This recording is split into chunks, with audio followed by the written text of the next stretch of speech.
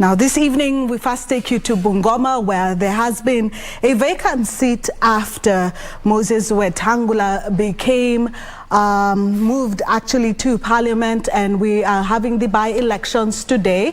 So we have a reporter on standby. Wycliffe has the details for us, and we cross over to just find out how the by-elections went today. And even as he is there, some of the people that he has talked to, the mood that is in Bungoma. Wycliffe, good evening.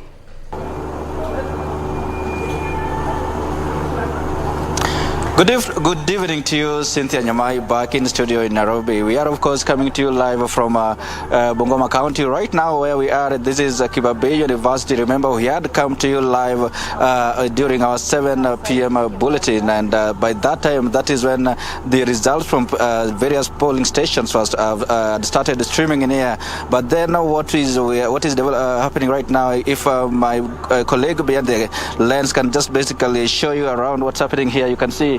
That line, that queue is now building up very fast. And remember, this is Kandoi constituency. Kandoi constituency has a total polling stations, that is 242 polling stations that were used for this exercise. That is Kandoi alone. And so far, the polling stations that have been tabulated in there are less than 50. This is just showing you how long this exercise is going to be, and it is possible that the exercise here at Kandoi alone will roll all through to the midnight. And of course, we won't tire up. We'll be standing here and just observing everything that develops and keep our viewers updated. And talking about the mood, we had talked with the voters during the day, and that we had updated our voters about it. But then right now, let me just engage one of the presiding officers briefly to tell us how the exercise was in this particular polling stations. Brother, if you can just turn here, ukiweza simamia hapa,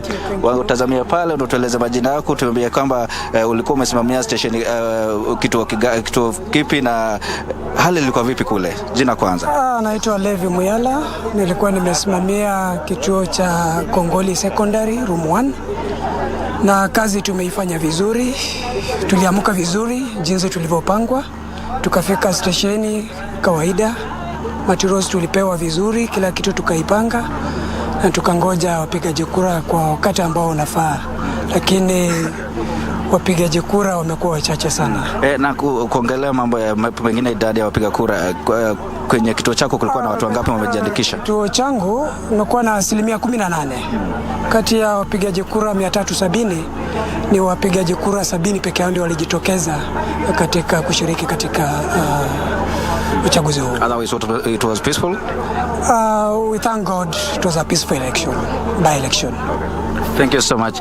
Cynthia, that is one of the presiding officers who are manning this election, especially by-election rather, in this Kandoi constituency. Remember, I've told you that is just one of the presiding officers who are manning the 242 polling stations here in Kandoi constituency. Remember, this is Kandoi KBC University, the constituency tallying center for Kandoi. After this, we'll head to Mabanga Agricultural Training Center, which is the Bungoma County tallying center. Earlier on, before giving this update, I spoke with Grace Rono. Grace Rono is the returning officer for Bugoma County, and she told me that there is not much going on at the tallying center right now, and that she's expecting activities to kickstart at around probably by midnight. That is when results from the 9 constituencies constituting this particular county will start streaming in. Thereafter, they will tabulate and collate, and from that, they will be able to announce the winner for this particular seat,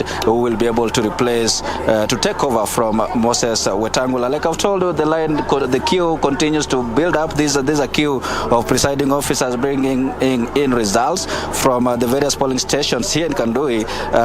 This is reminiscent of what is happening in all the other 8 sub-counties. Thereafter, we will head to the county tallying center, after which we will be able to get who is the winner for this contest. And that is probably something that is going to roll all through the night long until tomorrow morning. And like I've said, we will keep our voters updated, and of course we know for sure that Kenya is indeed watching. Right now, let me just hand it back to you in studio, Cynthia Nyamai, for more updates regarding other stories.